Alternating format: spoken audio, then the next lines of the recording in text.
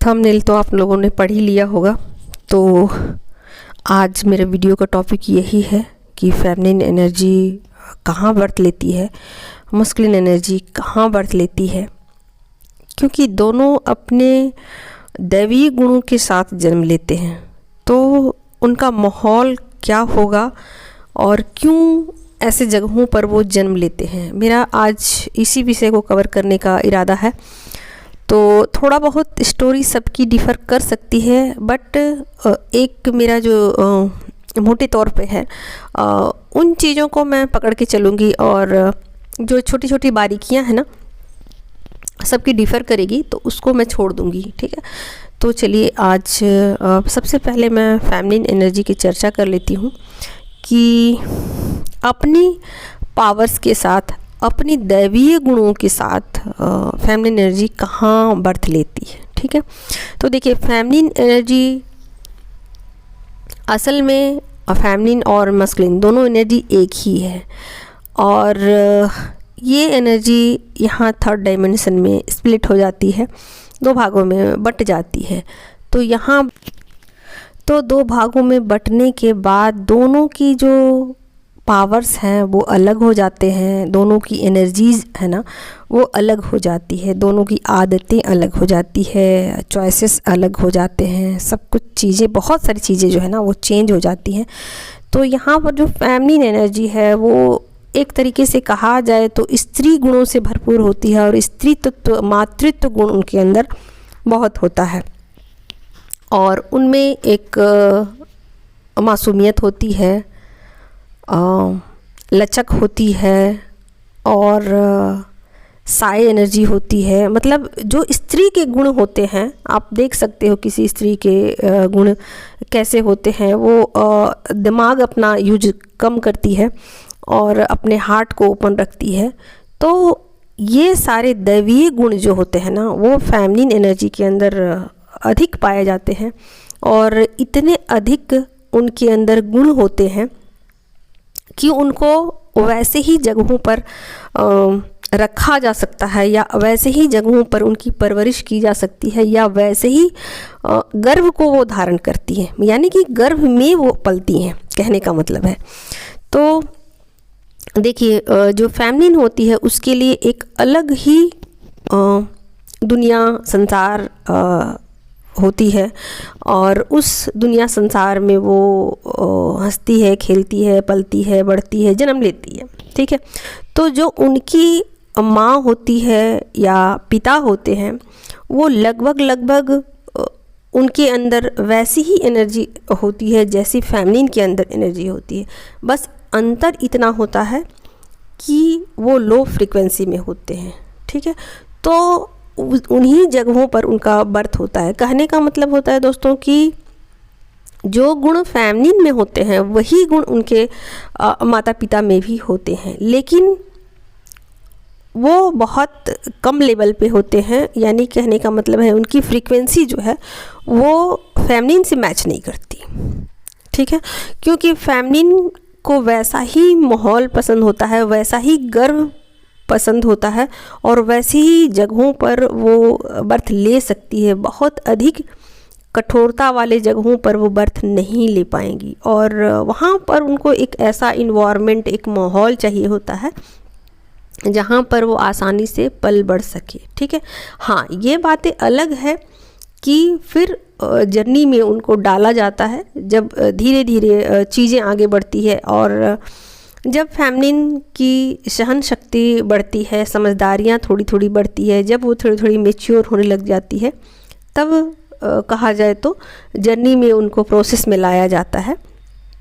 जैसे जैसे फेमिनिन के बर्दाश्त करने की शक्ति बढ़ती है वैसे वैसे चीज़ों को अलग लेवल पर ले जाया जाता है। लेकिन शुरुआत में ऐसा ही उनके जो माहौल है ऐसे ही होते हैं, क्योंकि वो बहुत ज़्यादा मटेरियल चीज़ों के बीच में वो नहीं रह पाती हैं, और बहुत ज़्यादा जहाँ मटेरियल लाइफ होती है उन जगहों पर वो सरवाइव नहीं कर पाएगी।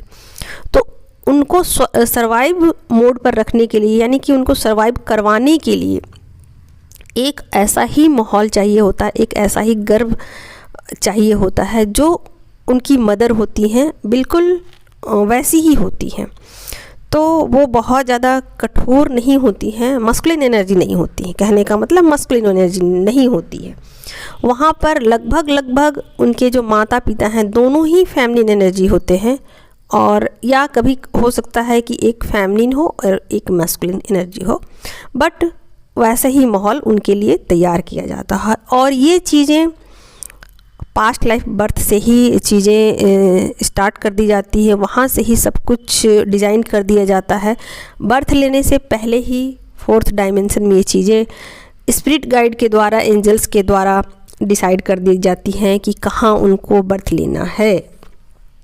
फिर उनकी वैसे ही जगहों पर बर्थ होता है, वैसी ही जगहों पर उनकी परवरिश होती है। और एक ख़ास बात इस जर्नी में है, फेमिनिन एनर्जी में है, कि जो माता पिता फेमिनिन को जन्म देते हैं ना, डिवाइन फेमिनिन को, वो ज़रूरी नहीं है कि एक ही बच्चे को जन्म दे, ऐसा ज़रूरी नहीं है। कई बार ऐसा होता है कि एक ही परिवार में एक ही माता पिता के द्वारा बहुत सारे बच्चे जो हैं वो फेमिनिन यानी कि डिवाइन फेमिनिन एनर्जी में बर्थ ले सकते हैं। यानी कि कहने का मतलब है दोस्तों कि एक माता पिता ऐसे जो हैं जो कि फेमिनिन एनर्जी में हैं, उनके घर में कई संतानें एक साथ डिवाइन ऊर्जा मतलब फेमिनिन ऊर्जा में बर्थ ले सकती हैं। यानी कि एक ही माता पिता के कई बच्चे डिवाइन ऊर्जा में, फेमिनिन ऊर्जा में बर्थ ले सकते हैं। ठीक है, तो ये चीज़ें मैंने क्लियर कर दी। और इसके पीछे का कारण भी यही है क्योंकि उन्होंने पास्ट लाइफ में डिसाइड कर लिया कि भाई मुझे मोक्ष की जर्नी चाहिए, और मोक्ष की जर्नी के लिए ये सब कुछ माहौल पहले से ही बनाया जाता है, सब कुछ तैयारियां पहले से की जाती हैं, ताकि एक ऐसा इन्वायरमेंट पैदा किया जा सके जिससे कि उनकी जो कंडीशनिंग है बचपन की वो वैसी मिल सके उनको। ठीक है, तो बहुत ज़्यादा साई एनर्जी होती है, अपनी दैवीय गुणों के साथ वो जन्म लेती हैं। ठीक है, तो एक ऐसा ही उनको माहौल चाहिए होता है, क्योंकि उनके माता पिता अगर बहुत कठोरता से बच्चे को पालेंगे या बहुत कठोर व्यवहार के साथ उनको पालेंगे तो फेमिनिन एनर्जी है वो सरवाइव नहीं कर पाएगी। इसलिए सब कुछ इस तरीके का एक माहौल तैयार किया जाता है। कई बार ऐसा होता है कि एक ही बच्चा फेमिनिन एनर्जी में जन्म लेता है और बाकी सारे लोग नॉर्मल यूं ही होते हैं, यानी कि वो भी फेमिनिन एनर्जी में होते हैं बट लो फ्रिक्वेंसी में होते हैं। उनके माता पिता या बाकी के जो बच्चे होते हैं वो लो फ्रिक्वेंसी में होते हैं, बस यही अंतर होता है। और उनकी एनर्जी के साथ फेमिनिन की एनर्जी कभी मैच नहीं करती, होती तो सेम ही एनर्जी है बट कभी मैच नहीं करती। फेमिनिन उनसे बगावत कर लेती है या डिटैच कर लेती है खुद को, क्योंकि उनकी एनर्जी उनसे मैच ही नहीं करती। तो ये फेमिनिन एनर्जी के कुछ साइनो सिम्टम है। और उनके माता पिता जो हैं वो फेमिनिन एनर्जी में होते हैं और बाद में उनसे उनका डिटैचमेंट हो जाता है, क्योंकि उनकी फ्रीक्वेंसी लो होती है। जिन चीज़ों को फेमिनिन ईजिली स्वीकार कर लेती है, समझ जाती है, वो लोग उनको स्वीकार नहीं कर पाते हैं, उन बातों को स्वीकार नहीं कर पाते हैं और उसमें बहुत सारे रिस्ट्रिक्शन लगाते हैं और पुरानी परंपराओं को ढोते हैं। पुराने जो भी उनके चले आ रहे होते हैं परंपरागत रूप से जो चीज़ें, जो बातें, उन चीज़ों के बाद बियॉन्ड वो सोच नहीं पाते हैं। जहाँ तक कि फेमिनिन सोच समझ पाती, अपने हार्ट को ओपन कर लेती है, वो चीज़ें वो नहीं कर पाते हैं। यही कारण है कि वो डर में जीते हैं और गिल्ट में जीते हैं। ठीक है, तो फ्रीक्वेंसी की बात होती है कि फेमिनिन जो हैं वो हाई फ्रीक्वेंसी में होती हैं, अपने डिविनिटी के साथ होती हैं, और उनके पेरेंट्स, उनके भाई बहन जो होते हैं वो लो फ्रीक्वेंसी में होते हैं और अपने डिविनिटी पावर के साथ वो नहीं होते हैं। ठीक है, तो इसी वजह से उनके जो है ना रिलेशन उनके साथ मैच नहीं करते। ठीक है, तो चलिए मैं आगे बढ़ती हूँ। और कई बार ऐसा होता है कि मैच भी करते हैं किसी एक भाई बहन से, एक दो भाई बहन से। अगर मान लीजिए किसी परिवार में 4-5 भाई बहन हैं, एक ही परिवार में एक ही माता पिता से, तो एक दो भाई बहन का फ्रीक्वेंसी पूरी तरीके से मैच कर सकता है। बाकियों का मैच करे ना करे, बट एक दो भाई बहन का आसानी से मैच कर सकता है, जो कि बाद में उनको जर्नी में सहायक मतलब सहायता देते हैं। यानी कि एक तरीके से कहिए तो सोलमेट की भूमिका को निभाते हैं। ठीक है, तो ये हो गई फेमिनिन की कि कहाँ वो बर्थ लेती हैं, क्यों बर्थ लेती हैं, क्या माहौल चाहिए। ठीक है, अब मैं उनके काउंटर पार्ट की बताती हूँ कि क्यों वो ऐसे जगहों पर जन्म लेते हैं और कहाँ जन्म लेते हैं। ठीक है, तो देखिए जो मस्कुलिन एनर्जी है वो डार्क एनर्जी है, जैसे फेमिनिन लाइट एनर्जी है, अपनी डिविनिटी के साथ जन्म लेती है, पॉजिटिव एनर्जी के साथ वो जन्म लेती है। उसी तरीके से जो मस्कुलिन एनर्जी है वो नेगेटिव एनर्जी है और मटेरियलिस्टिक एनर्जी है।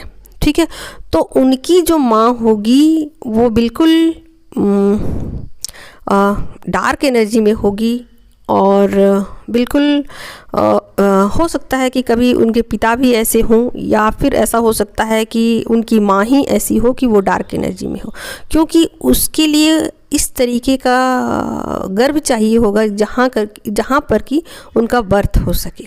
ठीक है, तो सब कुछ चीज़ें सोच समझकर डिज़ाइन की जाती है और ऐसे ही जगहों पर मस्कुलिन की मतलब बर्थ होता है, मस्कुलिन एनर्जी का बर्थ होता है और उनके जो परवरिश का ढंग है वो थोड़ा अलग होता है और वो भी एक हाई एनर्जी होती है। तो उसको भी कंट्रोल करने के लिए वैसा ही जगह चाहिए, वैसा ही घर मतलब गर्भ चाहिए।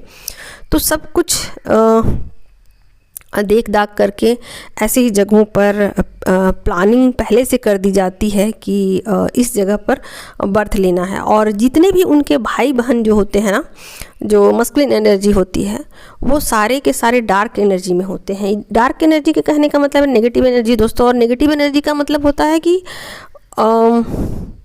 मतलब कि वो चीज़ों को पॉजिटिव वे में नहीं ले सकते, पॉजिटिव वे में नहीं सोच सकते और नेगेटिविटी के साथ चलते हैं और अपना माइंड ज़्यादा लगाते हैं, यानी कि माइंड का यूज हर जगह पर करते हैं, चाहे रिश्ते हो, चाहे वो पैसे कमाने की जगह हो, कहीं भी हो। ठीक है, तो वो माइंड का ही इस्तेमाल करते हैं। तो ऐसे जगहों पर वो आसानी से सर्वाइव कर पाते हैं या सर्वाइव कर पाएंगे, इसी वजह से डिवाइन मस्कुलिन का जन्म वहाँ पर होता है।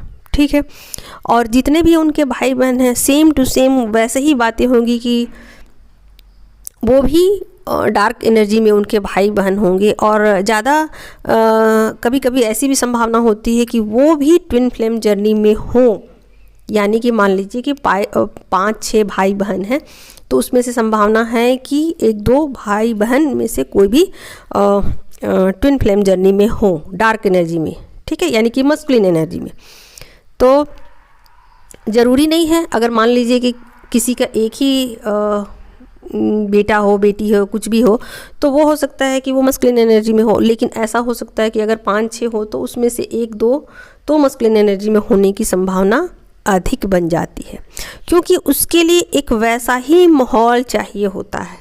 ठीक है, सब कुछ चीज़ें डिज़ाइन की जाती है, सब कुछ उसी तरीके का सेटअप तैयार किया जाता है ताकि उनकी परवरिश उस ढंग से की जाए। ठीक है, तो बहुत डार्क एनर्जी में होते हैं और वहीं पर वो सरवाइव कर पाएंगे। तो सब कुछ इसी तरीके का होता है और वहाँ उनकी परवरिश पूरी तरीके से डार्कनेस में होती है।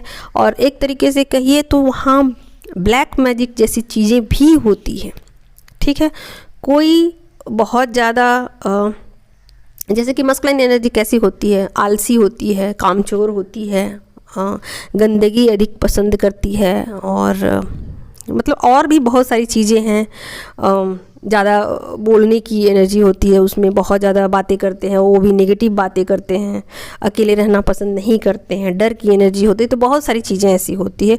मैं अगर शॉर्ट में वीडियो बना रही हूँ तो फिर ऐसी ही बातें करूँगी, और अगर मैं लॉन्ग में बताऊँगी तो फिर छोटी छोटी बातें को मुझे पकड़ना पड़ेगा और उस पर डीपली मुझे जाना पड़ेगा। ठीक है, तो इसीलिए मैं मोटे तौर पे बता रही हूँ कि इस तरीके की होती है डार्क एनर्जी और उनको सरवाइव करने के लिए उसी तरीके का एक माहौल चाहिए होता है। तो फिर ये एक अलग माहौल बनता है जिसमें कि चीज़ें इस तरीके से सेट की जाती हैं और यहाँ पर दोनों एनर्जी जो हैं अपने अपने फॉर्म में होती हैं। फेमिनिन अपने सॉफ्टनेस के साथ होती हैं, मस्कुलिन अपने हार्ड डिसीजन के साथ होते हैं, फेमिनिन अपने लाइट के साथ होती हैं, मस्कुलिन अपने डार्कनेस के साथ होते हैं, और फिर डिवाइन टाइमिंग के अनुसार दोनों को मिलवाया जाता है। ठीक है, तो मस्कुलिन एनर्जी की अपनी कुछ क्वालिटीज़ कहिए कि होती है, वो 3D में आसानी से सर्वाइव कर लेते हैं।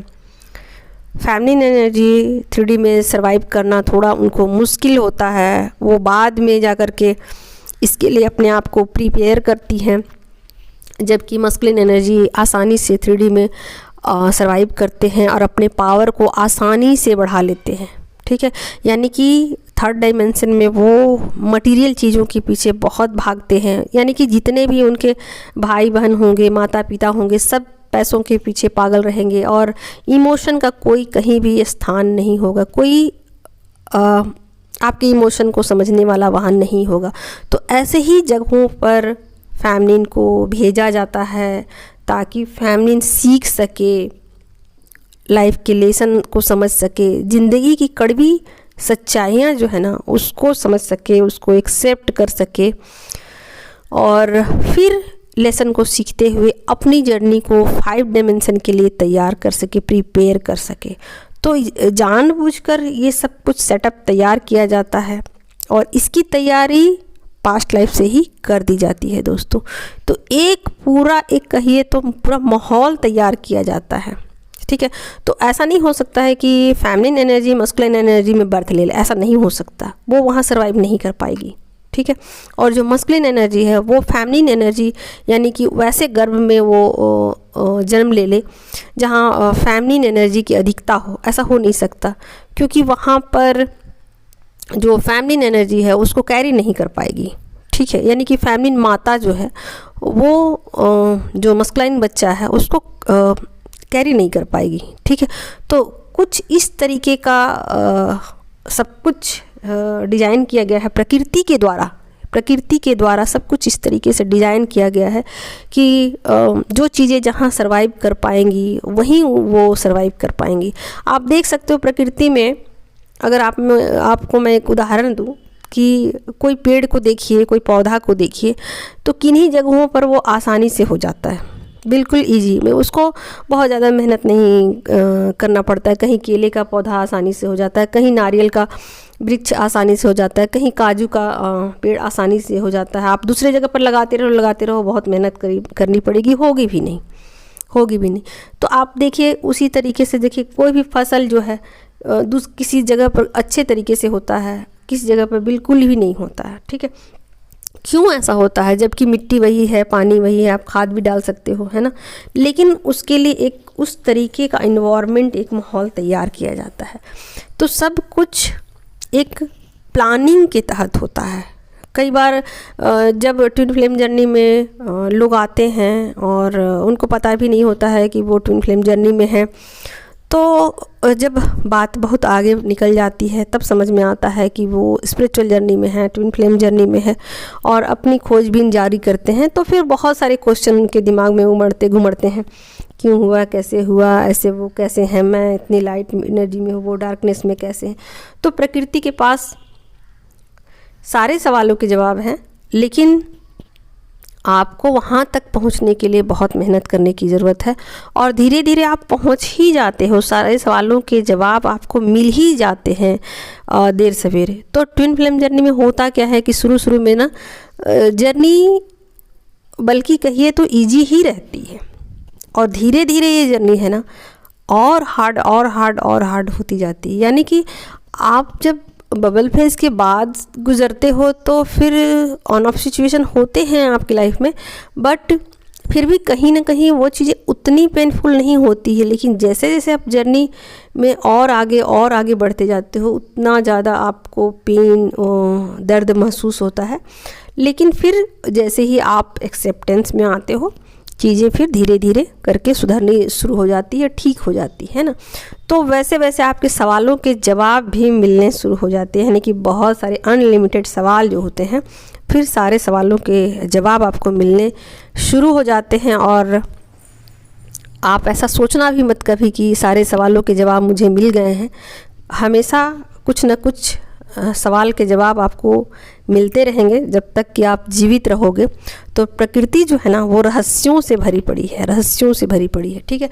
तो ये सब जो रहस्य है ना आपको जर्नी के लास्ट में पता चलते हैं। Thank you so much. आज के लिए इतना ही।